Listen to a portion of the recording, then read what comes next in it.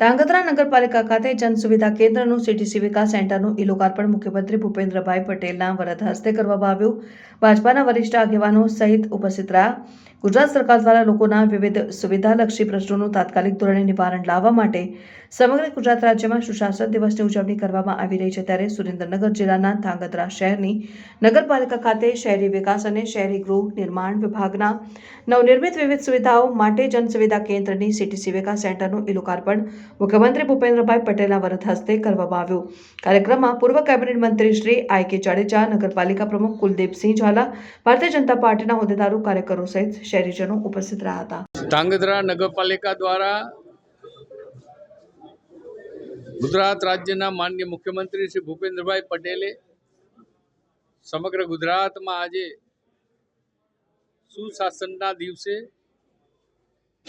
નાગરિકોની સુવિધા માટે ઈ સુવિધા કેન્દ્ર જ્યારે શરૂ કર્યા છે ત્યારે એનું પણ આજે ધાંગધ્રા શહેરમાં ઉદ્ઘાટન કરવામાં આવ્યું છે।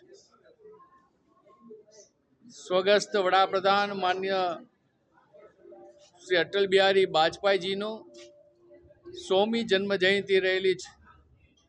સમગ્ર દેશ સુશાસન દિવસ તરીકેની ઉજવણી કરી રહ્યો છે। તત્કાલીન મુખ્યમંત્રી આજના વડાપ્રધાન માનનીય નરેન્દ્રભાઈ મોદીએ 25 ડિસેમ્બરને સુશાસન દિવસ તરીકે ઉજવવાનો નિર્ણય કર્યો।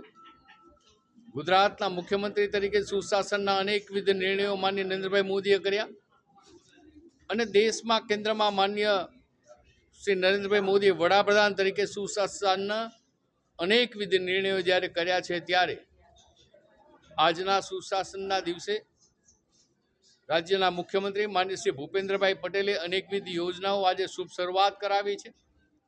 લોકોની સુખાકારી વધે, સરળતા વધે, પારદર્શકતા આવે અને પ્રત્યેક વ્યક્તિને કાયદાઓની ચુંગાલમાંથી બહાર આવીને સીધા જ પોતાનો લાભ ઓનલાઈન કેવી રીતના પ્રાપ્ત કરી શકે એના માટેની વિવિધ સરળતા સાથેની પદ્ધતિઓ જ્યારે રાજ્ય સરકારે અપનાવી છે ત્યારે ધાંગધ્રા નગરપાલિકા દ્વારા નગરપાલિકાના પ્રમુખ શ્રી કુલદીપસિંહ ઝાલા અને એમની સમગ્ર ટીમે ઈ સિવિક સેન્ટરનું આજે જ્યારે શુભ શરૂઆત કરી છે ત્યારે આ ઈ સિવિક સેન્ટર ધાંગધ્રાના નાગરિક ભાઈ બહેનો માટે તો સુખાકારી લાવશે જ, પણ સાથોસાથ ધાંગધ્રા નગરપાલિકા માટે પણ આર્થિક ઉપાર્જનનું એક કેન્દ્ર બનશે કે લોકો સરળતાથી પોતાનો ટેક્સ ભરે અને એ ટેક્સના પૈસા નાગરિકોની સુવિધાઓ માટે વપરાય।